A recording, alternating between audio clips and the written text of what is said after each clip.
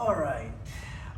You saw that post on the footwork of this crazy ass stance, okay? So like when I was in Chiba Sensei's organization, that's what I used to do. Right. But prior to that, right, I had done many martial arts, and those martial arts always had either a competitive aspect to them or a self-defense aspect to them. And it was just, there was no martial advantage to standing on a tightrope. You just didn't ever do that. It's very easy to learn that when someone's trying to kick your ass. You don't have balance. A weapon is completely behind the front side, for example. And then you're very slow out of the stance in all 8 directions because of the way you bring tension and torque into the joints, which actually start your initial angle of deviation, your ankle, your knee, and your hip. Do you see that? I mean, you could deviate somewhat with your head and shoulders, but you're still on the line of attack. Do you get it? So your angle of deviation should always have your entire body clear the line of attack. And when you are on a tightrope and you bring that torque and tension into your ankles, knees, and hips, a lot of those 8 angles are just not available to you very quickly. Okay, and so again, through a process of elimination or forced adaptation, you don't stand like that. Okay. In Parker Kenpo, they named how you stand. They call it a neutral stance. And a neutral stance means that you have equal access to all of those 8 different directions. So the 8 different directions are the directions you use in Happokiri, you see. And in East Asian culture, Silk Road culture, those 8 directions are representative of the infinite directions that you should be able to move. If you could do the 8, you can do the infinite. And so when you're in this torque tension through the ankles, knees, hips on a tightrope, you cannot do the 8. And so you can think it all you want, you get it? You can think, I feel pretty good here, but you can't think it when someone's punching you and kicking you, sweeping your leg, taking you down. Do you get it? Faking and fainting coming in. It's you realize I'm an idiot for thinking this. Okay. I don't think though you need to learn through that kind of stress adaptation environment. I think you could just look kinesiologically at it, biomechanically, and go, I can feel the tension. I can feel the tension across my inner knee, do you see? Or I can feel the tension this puts in my lower back. And anytime you have tension, you have to first relax a muscle group in order to change from where and how that muscle group had you organized all the time. So like in shooting, for example, a beginner always starts out like super, super tense, right? And as you get really good at shooting, you realize that for example, the 9mm round is not going to send you flying backwards. It just doesn't have the recoil energy to do that to you. So why is all this tension there? It's really from anxiety. And over time, you learn just to relax. And as you relax, you're much quicker on transitions and things like that than if you were tense. In Destiny, isn't that called agility or something like that? The 3 types of weapons or characteristics you can have. You know what I'm talking about? Yeah, agility's like mobility, how fast you can switch. Yeah, your how fast your weapon is. What was that called? Do you remember? Quick draw? Nah, never mind. There was something about this weapon was faster moving through the... Handling. What is it? Handling. Handling, okay. Well, it's the same thing, and if you're very stiff, your handling is going to be very slow. You can't transition between targets very quickly. So your top shooters are pretty relaxed, way more relaxed than you would think. But it's the same thing, right? You guys, maybe as we do striking, right? If we're doing any kind of live training with your striking, if you're tense, you telegraph a lot more and you're just way too slow, right? The dude's gone way before you got there. You have to be relaxed as you're transitioning and things like that. But you can also look at it, you know, as I said, like culturally. So which sport do you ever see this supposedly tactically sound posture? You can't. There's nowhere there. If it was in any way biomechanically or kinesiologically sound, it would appear somewhere in some other sport, but it just doesn't. Okay, it's really unique to only certain lineages. Okay, and as I said in the post, if you go back and you watch O-sensei's videos, he's never in it. You can't find a video with him in it, except for one that I saw him as an old man. It was near his death. And he kind of like throws somebody normal in this stance. And then all of a sudden he goes, like it was an after thing, do you see?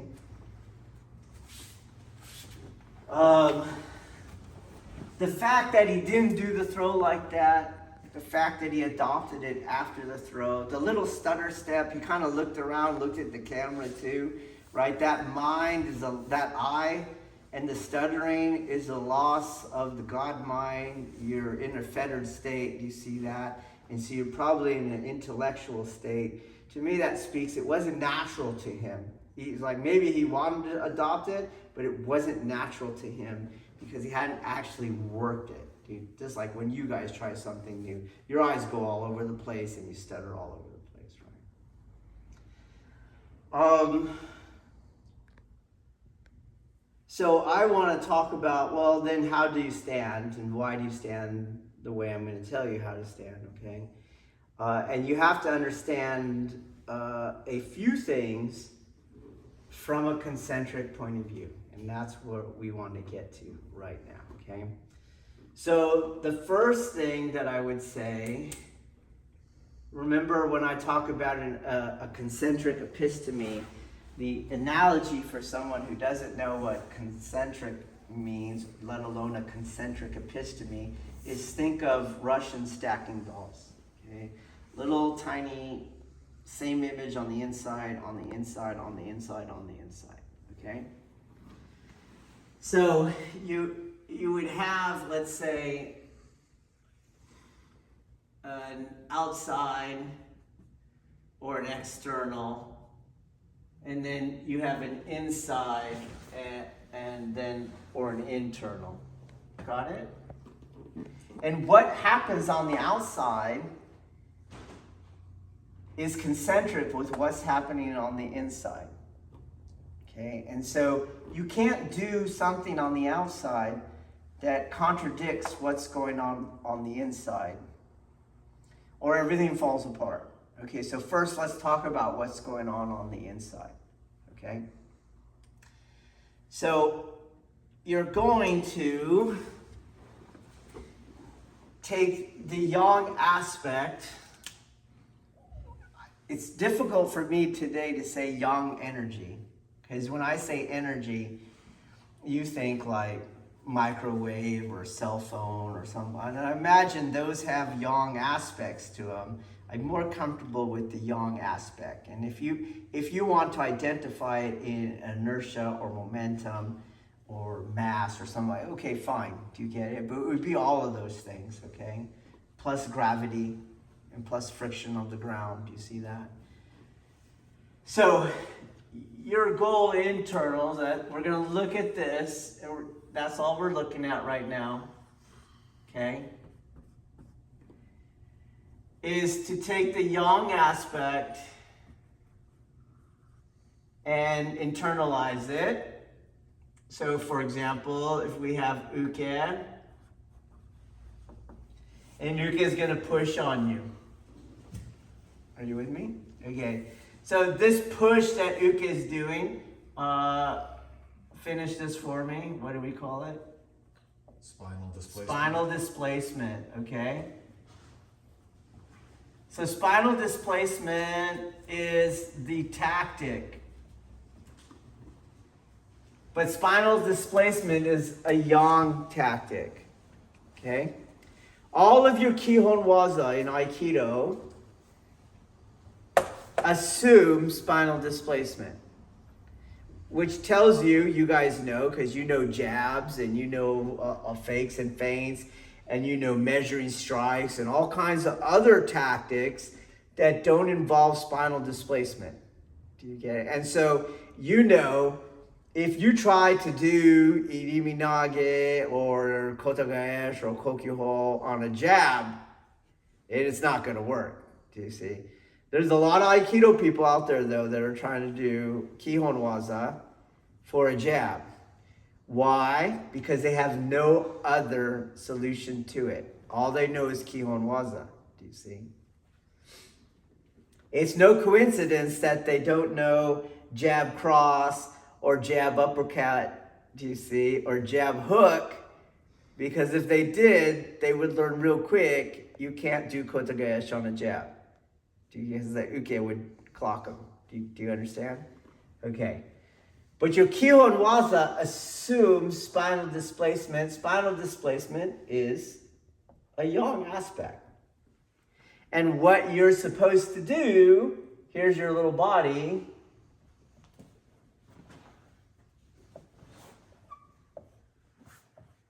is you internalize the yang aspect. Now you can do that because you're a human being. You're like, why? I don't know why. It's just what human beings can do. Okay?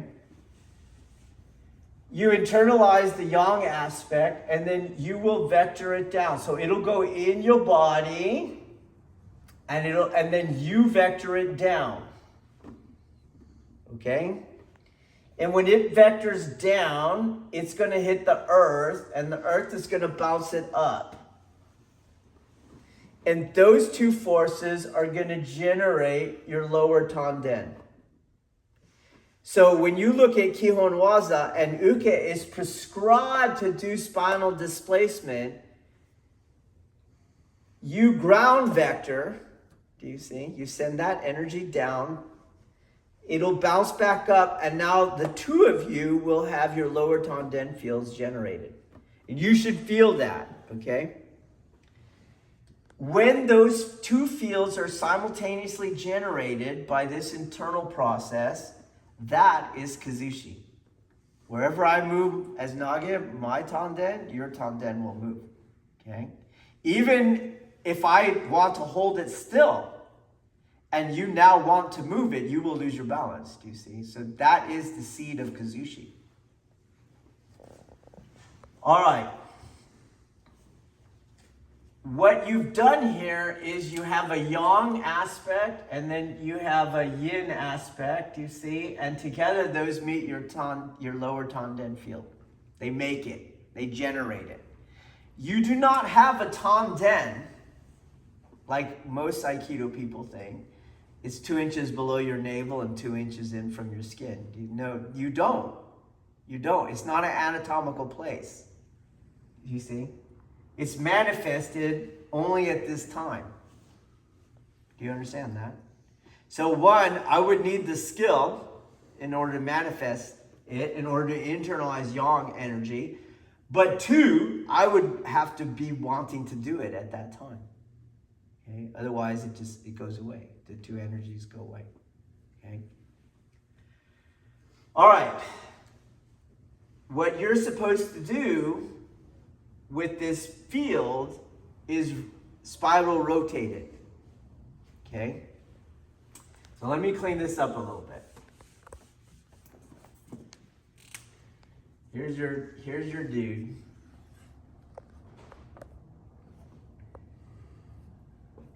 here's his legs. Okay? And then that field shows up in here. And it's yang energy going down and yin energy coming up.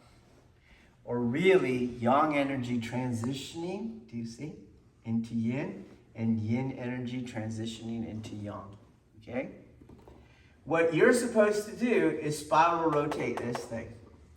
So this is a poor example because your mind is going to go, it's like a ball. It's not a ball. It's not breath.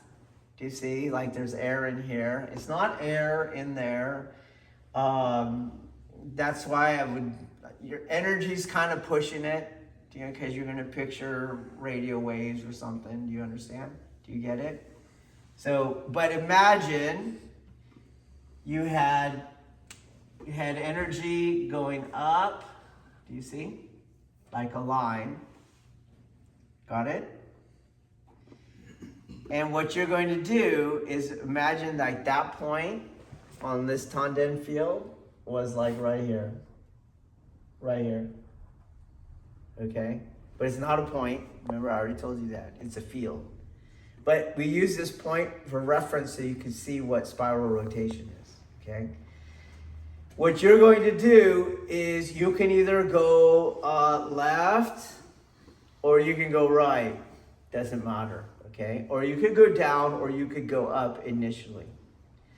But the rule is that if you go to the right, you can't come back left.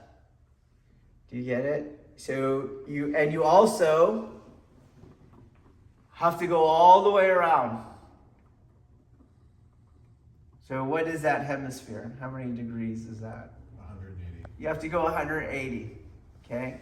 And at 180, you can't go all the way around. You have to go up or down. Okay? So let's say I want to go right. Then I have to go down, do you see? And now I did the 180 again. And now, can I continue? No, I can't. Do you see? And I can't reverse it. I now have to take the other one. Do you see that? And then do the last one.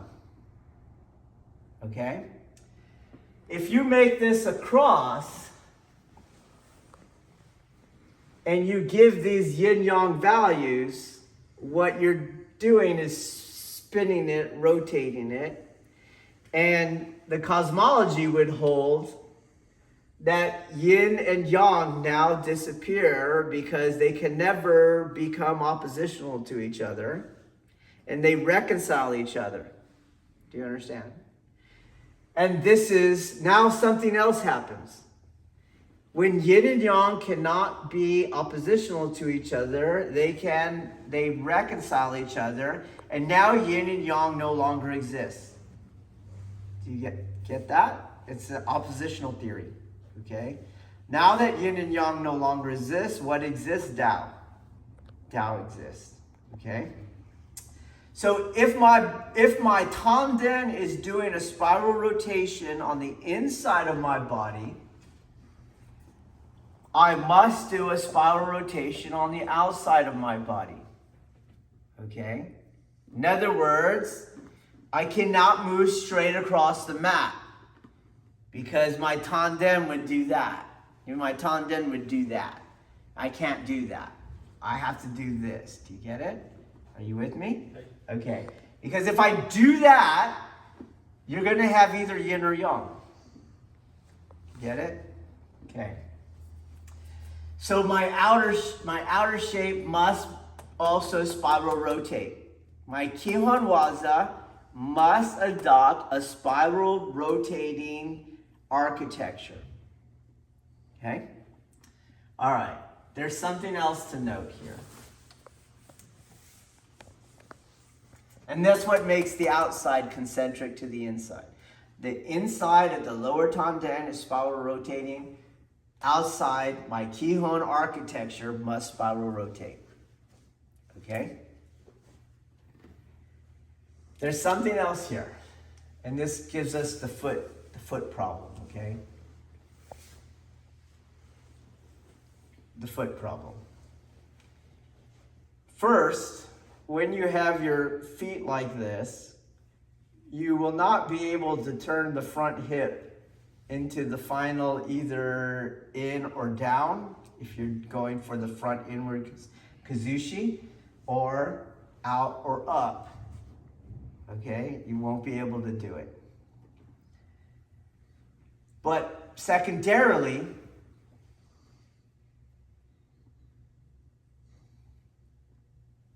aside from all that biomechanical stuff, that internalization of yang has to land on my midfoot.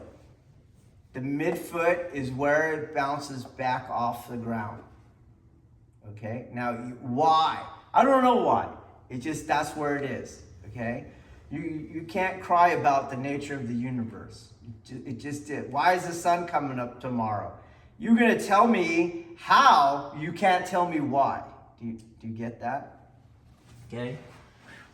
So same thing, it has to be the midfoot. And when you adopt this posture, you will not be able to internalize the yang aspect, send it down to the midfoot. You're gonna send it down to the heel or to the arch. It's too far back, okay? It won't bounce back up, which is why most people that adopt that are in a bracing angle with the back leg to hold positional integrity. Versus ground vectoring, I can take away one leg, you still can't push me over. All those demonstrations, okay? The other thing is your curvature that you have in your body as this is curving in is done with the qua.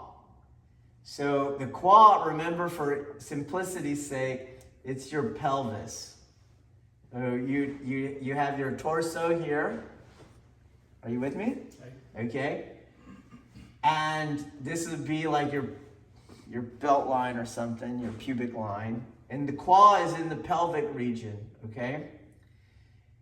And your rotation, whatever rotation you get in your spiral rotation externally, is in the qua. Meaning, and we know this, your qua only has a limited degree of rotation. Do you see? My waist can go further. Do you see that? We don't want to pivot with our waist because it externally presses the lower tendon field, like if I were to try to twist the two ends of this ball. I'm going to squeeze the middle out, and I don't want to do that. I want it to be pressured, expanding. Understand? So you can't turn your waist, you can only turn your qua. My waist never turns. Do you see that? Well, when your foot is pointed outward on your front foot, your qua can't really turn. Like this, do you see? I cannot turn the qua because the tension in the knee is stopping it. Whereas if I turn my front foot straight, I get the qua back. Do you see? I don't have to turn my waist. The qua turns. Understood? Okay.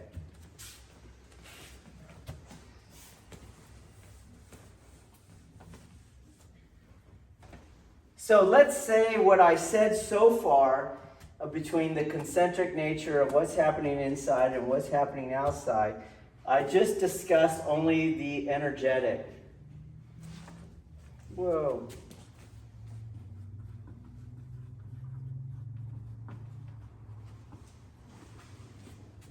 But the energetic is concentric with the tactical. If you violate the energetic, you're going to violate the tactical. Okay?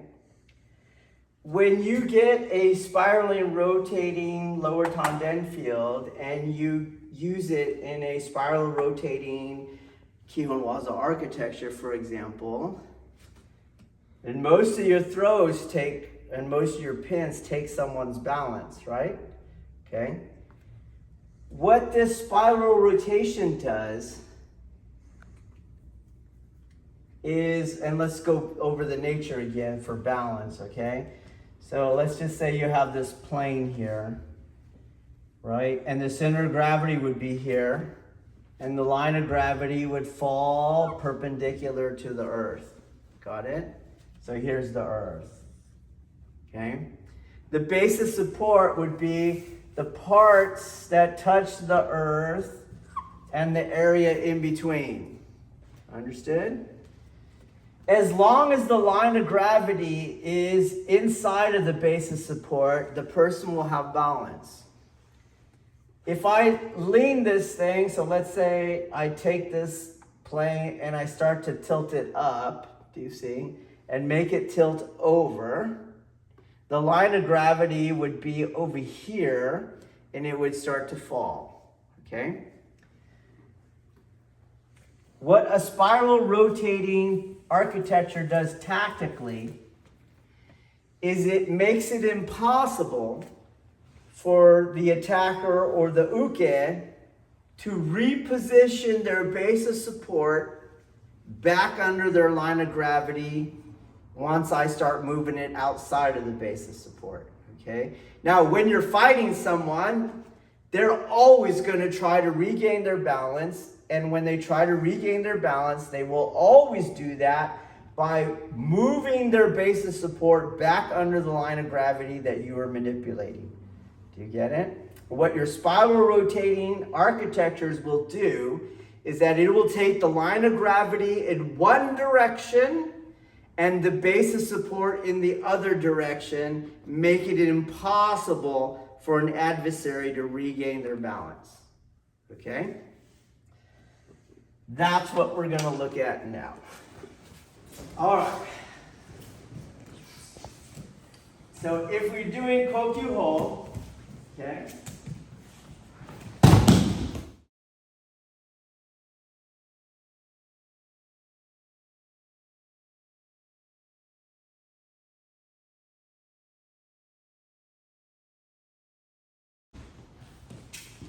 Inside, I'm moving my body, obviously on this rotation. But inside, my tanden is going around. You see? It's going to go down. Do you see that? It's going to come in, up, and back out.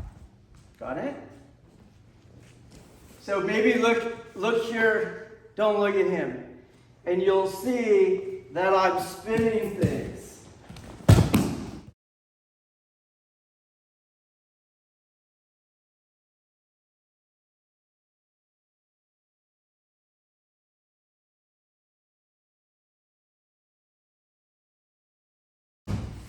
We'll do it again. Here, I just turn.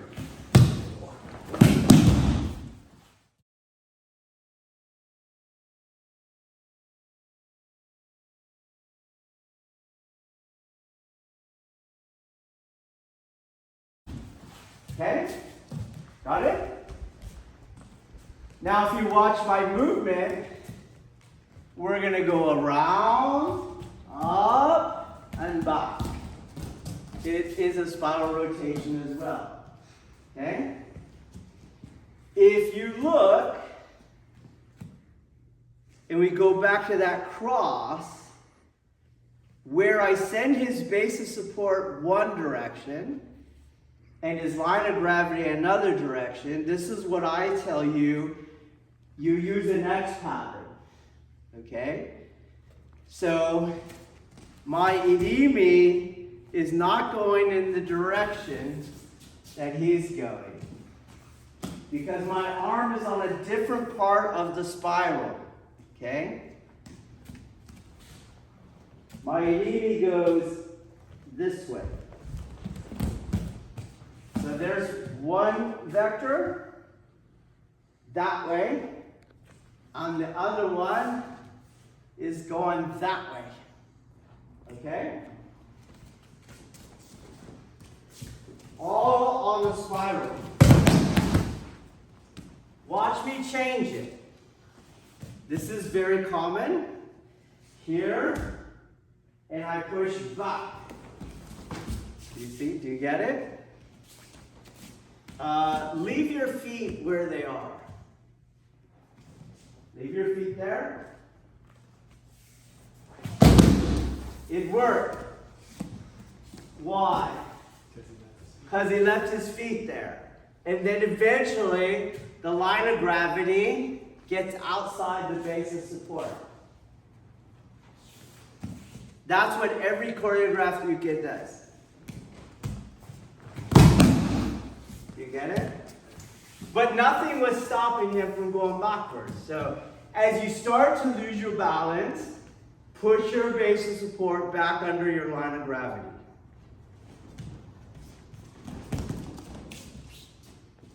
You see that?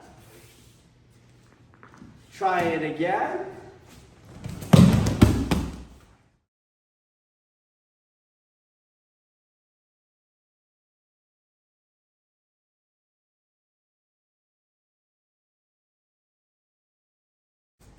Cannot do it. You understand? So internally, I'm working it. Energetically, externally, same things happen on the outside. And tactically, those things help me stop him from putting his base of support back under his line of gravity. Then he falls. Okay? So, if you look at the irimi, I can't irimi like this. Do you see? I have to irimi this way. Do you see? I can't go here. No, because I'm not throwing in the same direction he is. I'm throwing across the direction he's going. So my foot is going to be in. Do you see? And the qua finishes it. Ever so slight. Boom, boom, boom. Got it? So start looking for that. Boom, boom.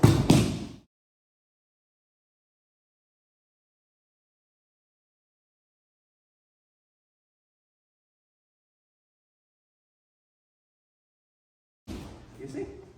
Okay. So that was outward, so that's your outward spiral, do you see? And then you're using the back outward kuzushi, this one, you see? Okay? But the movement is the same. So my foot is slightly in, and then the claw does the throw. The claw does the throw, okay? Even though it's going this way, it's like this. It's not like this, okay? And it's not pushing the guy, and it's not pushing the guy. So if we're, I'm going to do irimi nage, you see? And if you look at his body, right, this is going to look like the back outward again, but it's going to be the back inward because it's irimi nage. And again, if he's going that way, take your X again, his head's going that way, then his base going that way, okay? And so I can't enter like this. I'm going to put my hip right on his hip and project on the claw. It's the same thing. Boom.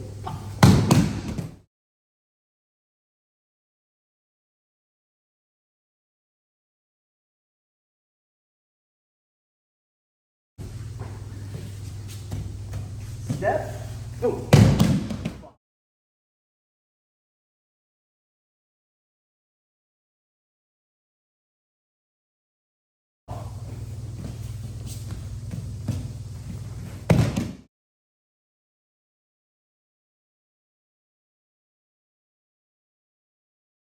Now, somebody said that looks like a horse stance, but to me it's not a horse stance. Because the horse stance, his feet slightly in, you see, and 50-50 weight distribution. This foot, think straight, slightly in, and this foot is clearly not doing the same thing over here, okay? And this brings up an important part on the back foot. Your foot must be oriented in the direction you're going. It cannot be straight, however, because now it's working against the front claw, okay? And the widest it could be is 90 degree to the angle attack. If it opens up more, weight's on the heel now. I'm on my heels now. Okay, so what's the max it can go? 90 to the line of attack. If you watch me, I tend to be shy of the 90. Okay, so watch the back foot now, and watch how weight will shift to the front foot out of the 50-50 weight distribution. Boom, pop. Front foot is heavy. Front foot is heavy. Too much.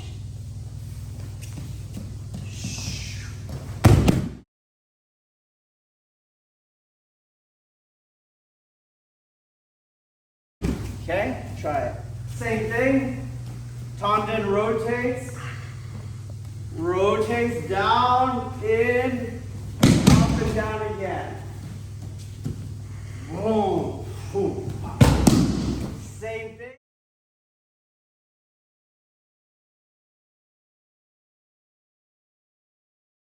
Same thing. I'm not going parallel to him where he could run out.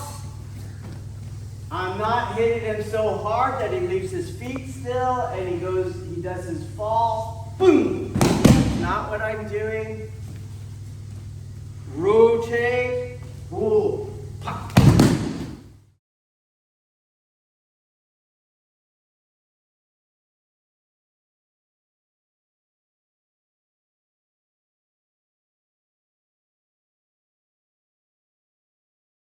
Okay? So, everything's there still. Okay, try. Inhale. Now this time I'm on the front, inward, not the back inward, the front inward, but it's going to be exactly the same. This is Ikkyo. So, I'm going to take his line of gravity this way, but his base of support is going this way.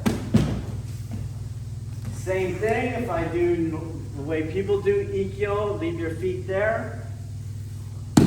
It works.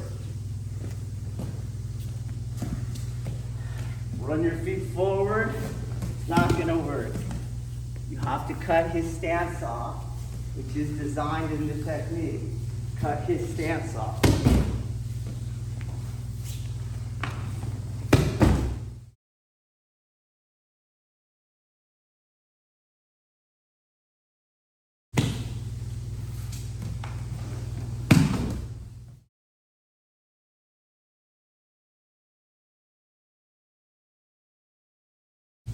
Same thing, moving, moving, pull, moving, incomplete.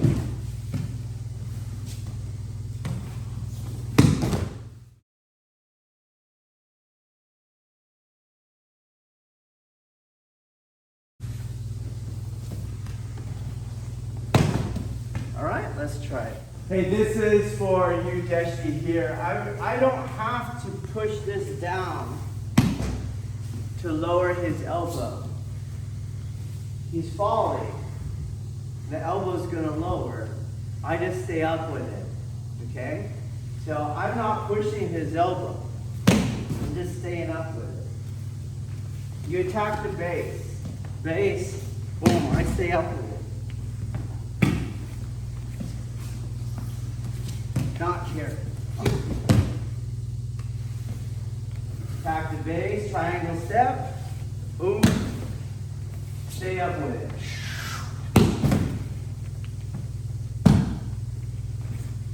Which you can do with this footwork. Do the other one.